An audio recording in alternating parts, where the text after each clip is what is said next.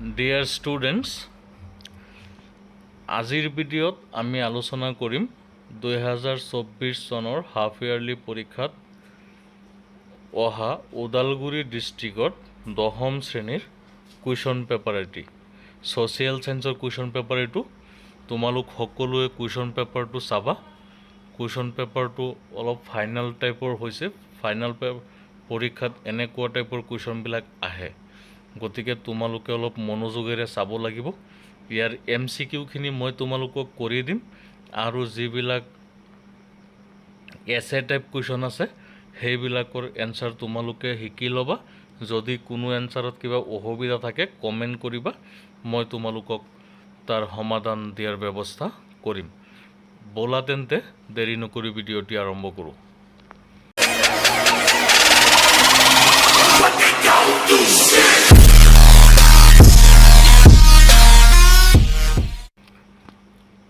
এক নম্বৰ প্ৰশ্নটোত দিছে, প্ৰখ্যাত অৰ্থনীতিবিদ জিম্মাৰমানৰ মতে সম্পদ এটাত থাকিবলগীয়া গুণ দুটা হ'ল। অপশ্যন এ কাৰ্যকাৰিতা আৰু উপকাৰিতা, এইটোই শুদ্ধ উত্তৰ। কুৱেশ্যন নম্বৰ 2ত দিছে, ভাৰতী নামৰ আলোচনীখন সম্পাদনা কৰিছিল। এ ভগিনী নিবেদিতা, বি সৰলা দেৱী চৌধুৰী, চি কুমুদিনী মিশ্ৰা, ডি স্বৰ্ণকুমাৰী দেৱী। ইয়াৰ শুদ্ধ অপশ্যনটো হ'ব ডি।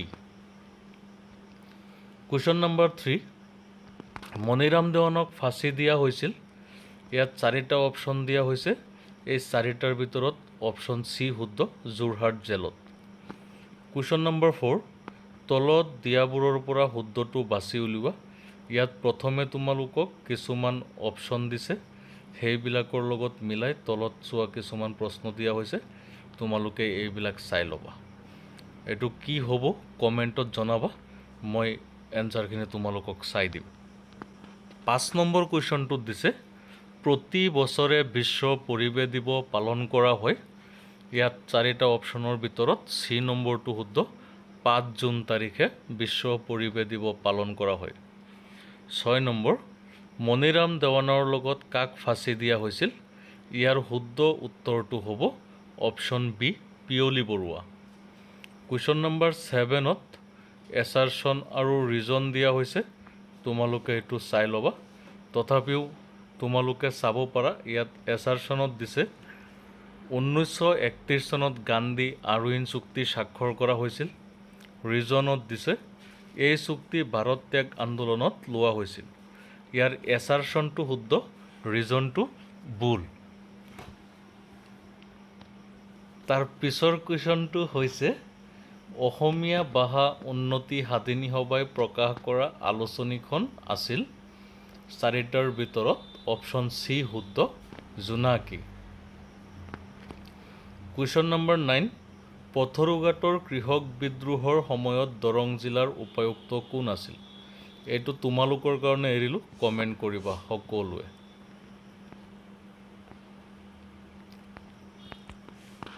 তাৰ পিছত 10 নম্বৰ কুৱেশ্যনটোত দিয়া হৈছে, গান্ধী মহাৰাজৰ জয় শ্লোগানটো লেবাৰসকলৰ দ্বাৰা কোনটো আন্দোলনত দিয়া হৈছিল।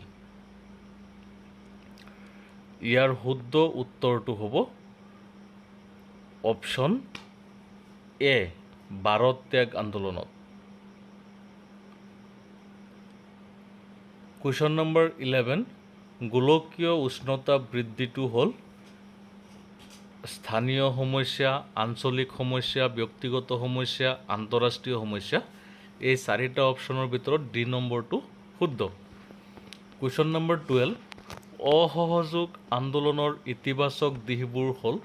ইয়াত তোমালোকে চোৱা, হাতেৰে সূতা কটা আৰু তাঁত বোৱা, এইটো আছিল। হিন্দুসকলৰ মাজত প্ৰচলিত অস্পৃশ্যতা দূৰীকৰণ কৰা, এইটো। মাদক দ্ৰব্য নিবাৰণ, এইটো। চৰকাৰী শিক্ষানুষ্ঠান বৰ্জন, এইটো নহয়। গতিকে 1, 2 আৰু 3 এই 3টা শুদ্ধ, অৰ্থাৎ অপশ্যন চি শুদ্ধ। কুৱেশ্যন নম্বৰ 13, বংগ ভংগ আইনখন তৈয়াৰ কৰিছিল। ইয়াৰ শুদ্ধ উত্তৰটো হ'ব লৰ্ড কাৰ্জন। 14 নম্বৰত দিয়া হৈছে, স্বদেশী আন্দোলনৰ সময়ত ৰবীন্দ্ৰনাথ ঠাকুৰে লিখা গীতৰ সংখ্যা আছিল অপশ্যন বি শুদ্ধ 23টা। IUCN কেতিয়া গঠন হৈছিল? এইটোৰ অপশ্যন বি শুদ্ধ 1948 চনত। চেক মুদ্ৰা কি? এইটো কুৱেশ্যনৰ অপশ্যন ডি শুদ্ধ অবিহিত মুদ্ৰা। 17 নম্বৰ, তলৰ বিকল্পটো সঠিকভাৱে মিলোৱা। এইটো মিলাই তোমালোকে কমেণ্ট কৰিবা। কুৱেশ্যন নম্বৰ 18, মুদ্ৰাৰ ক্ৰমিক বিকাশৰ 5টা স্তৰ হ'ল। ইয়াৰ অপশ্যন ডি শুদ্ধ।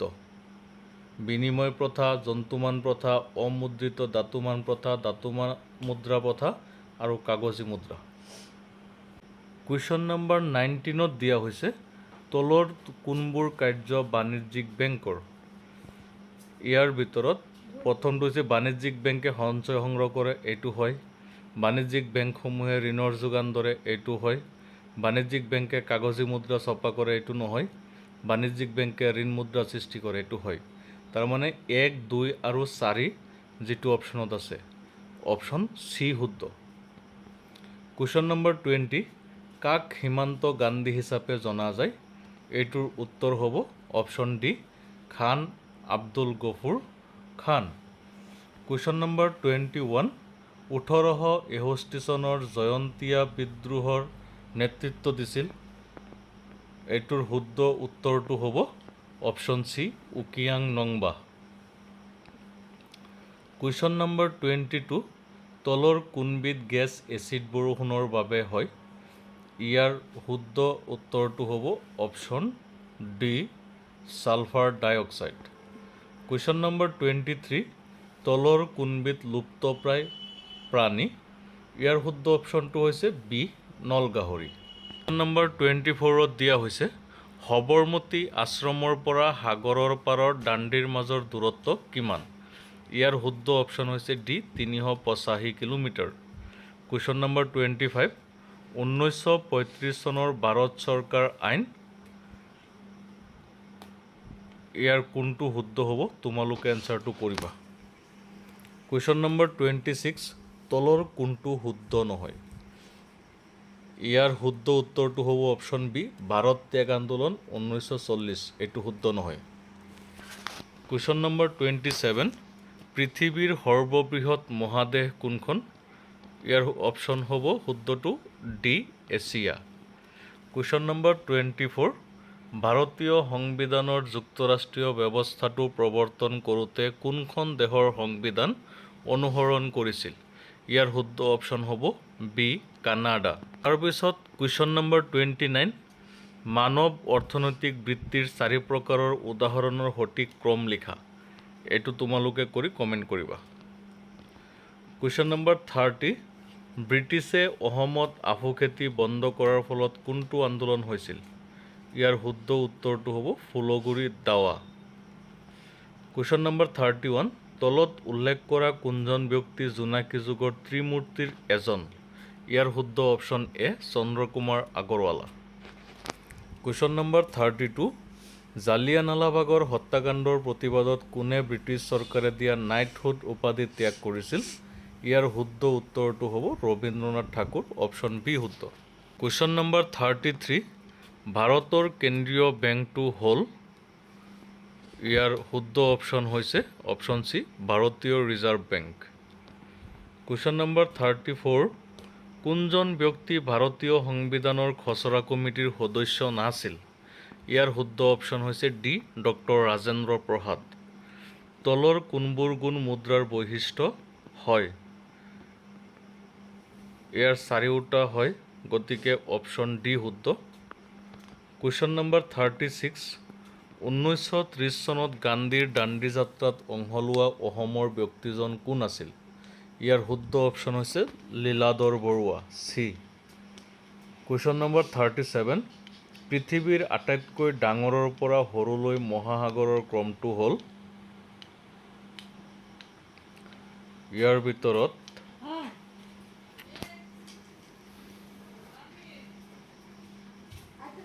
শুদ্ধটো হ'ব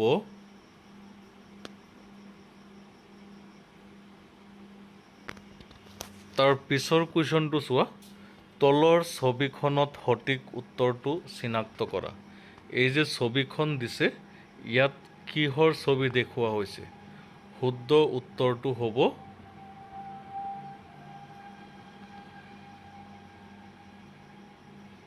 মাটি প্ৰদূষণ।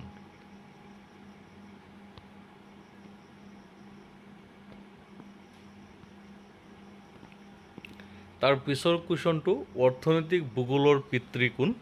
ইয়াৰ শুদ্ধ option A, George Chisholm. 40 number question, 1976 চনৰ 42 সংখ্যক সাংবিধানিক সংশোধনীৰ জৰিয়তে ভাৰতীয় সংবিধানৰ প্ৰস্তাৱনাত 3টা গুৰুত্বপূৰ্ণ শব্দ সন্নিৱিষ্ট কৰা হৈছিল। শব্দবোৰ হ'ল অপশ্যন বি শুদ্ধ, সমাজবাদী, ধৰ্মনিৰপেক্ষ আৰু ঐক্য মানে একতা।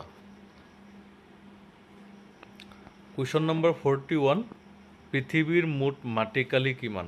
এইটো কিতাপত ডাইৰেক্ট আছে, তোমালোকে কমেণ্ট কৰিবা। কুৱেশ্যনটো 42, বংগ ভংগ পুনৰ একত্ৰীকৰণ কৰা হৈছিল। অপশ্যন এ শুদ্ধ। কুৱেশ্যন নম্বৰ 43, এইটো আলোচনীবোৰৰ সম্পাদকবিলাক মিলাই তাৰপিছত অপশ্যন বাছনি কৰিবা। কুৱেশ্যন নম্বৰ 44, IDBIৰ সম্পূৰ্ণ অৰ্থ হ'ল?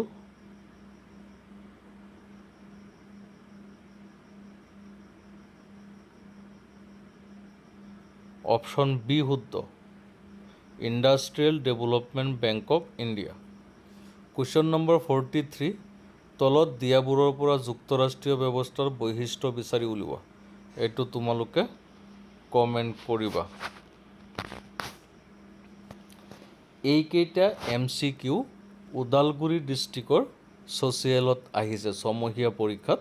ইয়াৰ পৰা তোমালোকে কিমানটা নিজে নিজে জানা এটা আইডিয়া লগাবা। এনেকুৱা টাইপৰ কুৱেশ্যন কিন্তু ফাইনেলত বেছি থাকিব।